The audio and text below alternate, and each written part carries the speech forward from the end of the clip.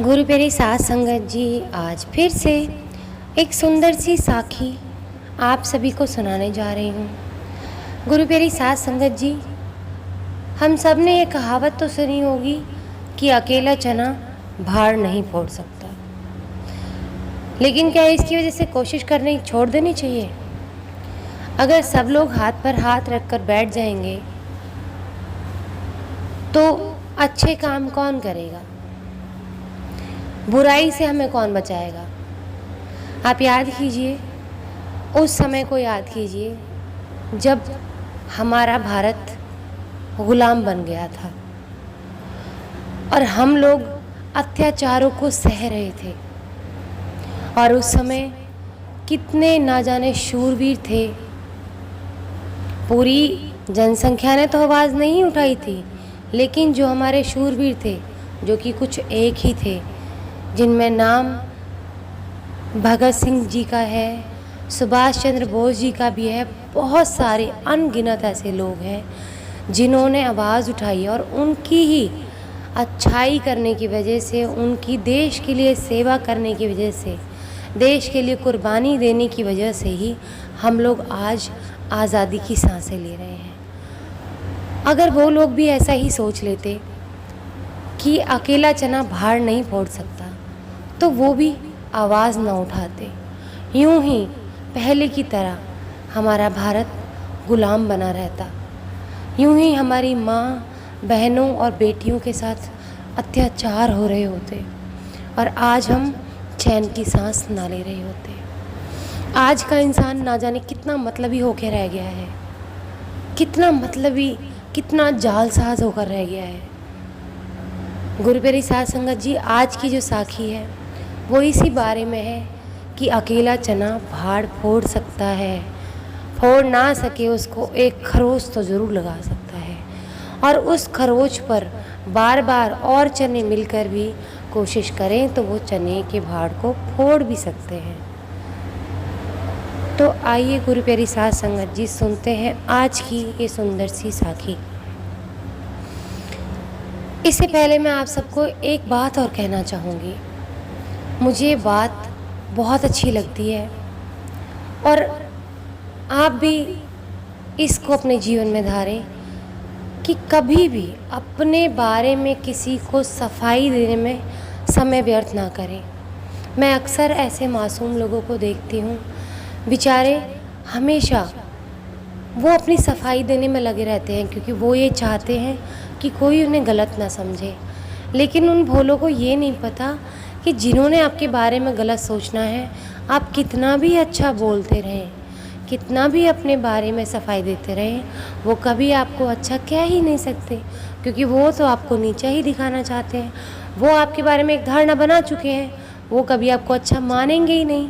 तो ऐसे लोगों को कभी जीवन में सुने ही नहीं। सिर्फ और सिर्फ अपना ध्यान परमात्मा में लगा कर रखें, क्योंकि हमें इस दुनिया में अच्छाई करनी है, अपने कर्मों को निभाना है और अपने परमात्मा का साथ नहीं छोड़ना है, क्योंकि आखिरकार हमें अपने परमात्मा के पास जाना है। तो हमें उनकी बातों का फ़र्क पड़ना चाहिए जिनके पास हमें हमेशा के लिए रहना है।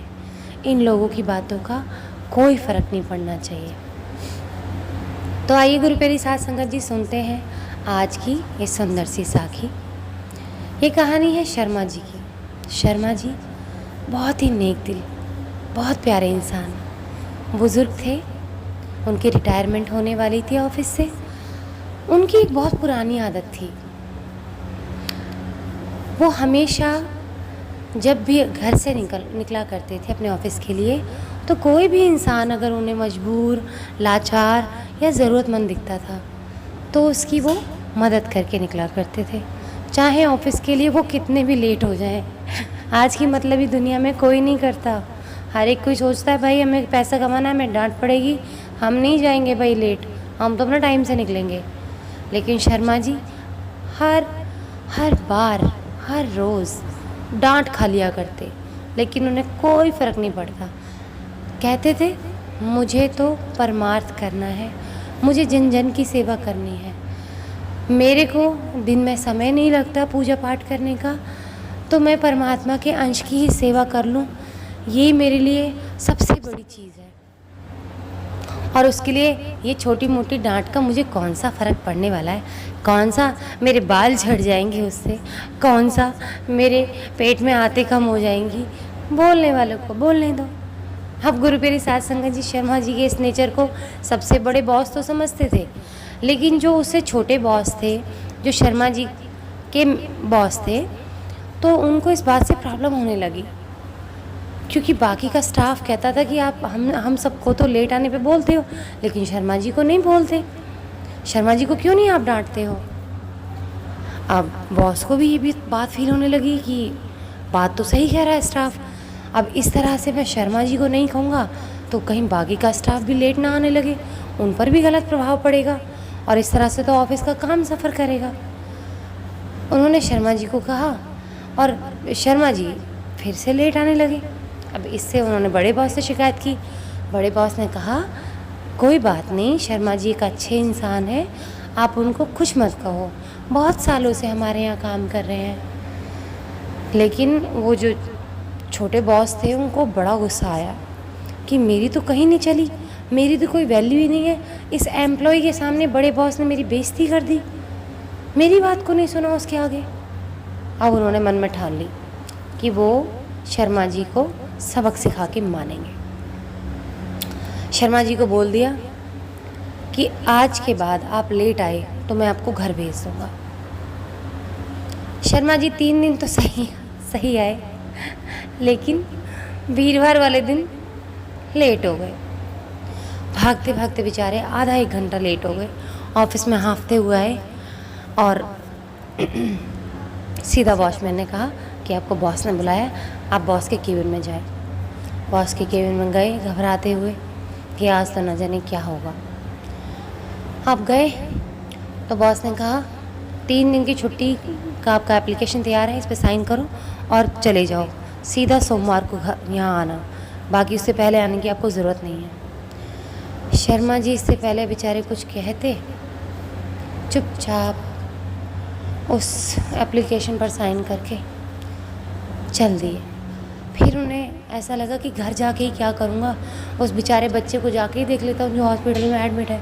उसको वैसे भी अपने जल्दी में ऑफिस आने के चक्कर में बेचारे का मैं हाल पूछना ही भूल गया, डॉक्टर से पूछना भूल गया, उसके माँ बाप को फ़ोन करना भूल गया मैं।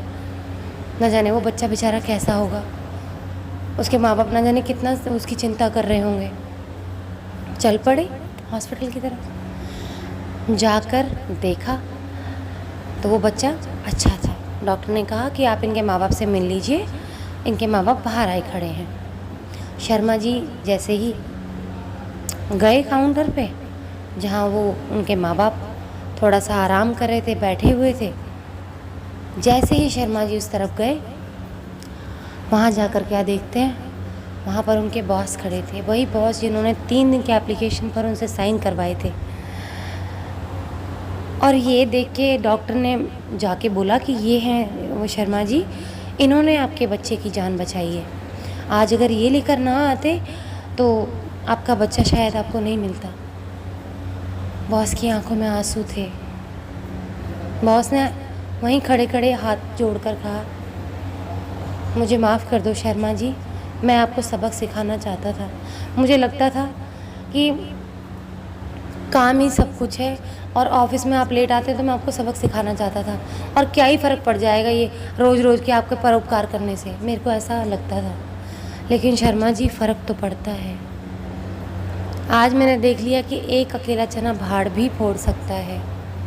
मेरे लिए तो मेरा बच्चा मेरी पूरी दुनिया थी। लोगों को लगता है कि एक अकेला चना भाड़ नहीं फोड़ सकता। क्या भाड़ एक चने के लिए एक पूरी दुनिया ही होती है क्या? उस दुनिया में एक इंसान की वैल्यू होती है। एक इंसान की सेवा करना, एक अकेले इंसान की भी आपने सेवा कर दी ना, वो आपके लिए आपकी दुनिया के बराबर है। क्यों? क्योंकि वो किसी और की दुनिया है। किसी का बच्चा हो सकता है, किसी की माँ हो सकती है, किसी का बाप हो सकता है लाचार, जिसकी आप मदद कर रहे हो। क्या आपके लिए, मैं आपसे पूछती हूँ, क्या आपके घर में आपके बच्चे हैं? क्या वो आपकी दुनिया नहीं है? आपके बच्चे किसी मुसीबत में फंसे और कोई उनकी मदद करे। भगवान ना करे कि कोई भी इंसान मुसीबत में फंसे, लेकिन अगर कोई फंस जाता है और उसकी कोई मदद करे आपके बच्चों की, और या आपकी ही मदद करे, तो आपको कितना अच्छा लगता है ना। ऐसे ही ठीक हमें भी लोगों की मदद करनी चाहिए। हम और तो कुछ ज़्यादा नहीं कर सकते, क्योंकि आज जो हमारे देश की हालत हुई पड़ी है, ज़्यादातर लोग फाइनेंशियल क्राइसिस से गुज़र रहे हैं, आर्थिक तंगी से गुज़र रहे हैं। लेकिन आप फिर भी सेवा कर सकते हैं, जिसके लिए मैंने एक वीडियो बनाई थी, सच्ची सेवा। आप वो सेवा भी कर सकते हैं। मीठा बोलिए, कड़वा मत बोलिए। आपको पता है कि आपके मीठे बोलों की क्या अहमियत है। कोई इंसान जो डिप्रेशन में गुज़र रहा हो, उसको और कोई ताने मारे, वो बेचारा और गर्त में चला जाता है। और उसी इंसान को, ठीक उसी डिप्रेशन वाले इंसान को कोई मीठा मीठा बोलता है, कोई अच्छा अच्छा बोलता है, कोई पॉजिटिव बोलता है, तो उसको मौत के मुंह से भी बाहर निकाल कर ले आता है। हमारे इन शब्दों की भी बहुत वैल्यू है। इन शब्दों को ऐसे ही खर्च ना करें। बुरे शब्द ना बोलें, अच्छे शब्द बोलें। वो अच्छे शब्द भी आपके किसी की जान को बचा सकते हैं। उसमें कोई मेहनत नहीं करनी पड़ रही आपको, कोई पैसा नहीं लग रहा आपका, कोई समय नहीं लग रहा आपका, तो फिर क्यों कड़वा बोलते हैं। कड़वा बोलना मतलब यानी किसी को बुरा बोलना, बुराई करना किसी की। कड़वा बोलना, एक कड़वा बोलना वो होता है जो किसी को सीख के लिए, किसी की अच्छाई के लिए बोला जाता है, ज़बरदस्ती, बिना किसी को थोपे हुए उन शब्दों को। उसको कड़वा बोल भी बोलते हैं, लेकिन उसको आप बुरा मत समझिए। मैं यहाँ उस कड़वे शब्द की बात कर रही हूँ जो आप किसी को गर्त की तरफ लेकर जा रहे हैं, किसी को नीचा दिखाने के लिए बोल रहे हैं, किसी को बुरा बोलने के लिए बोल रहे हैं। वो कड़वे शब्द मत बोलिए। और अगर मीठे भी नहीं बोल सकते तो किसी से ना बोलिए। जब मीठा नहीं बोल सकते तो कड़वा बोलने का भी अधिकार आपको है ही नहीं।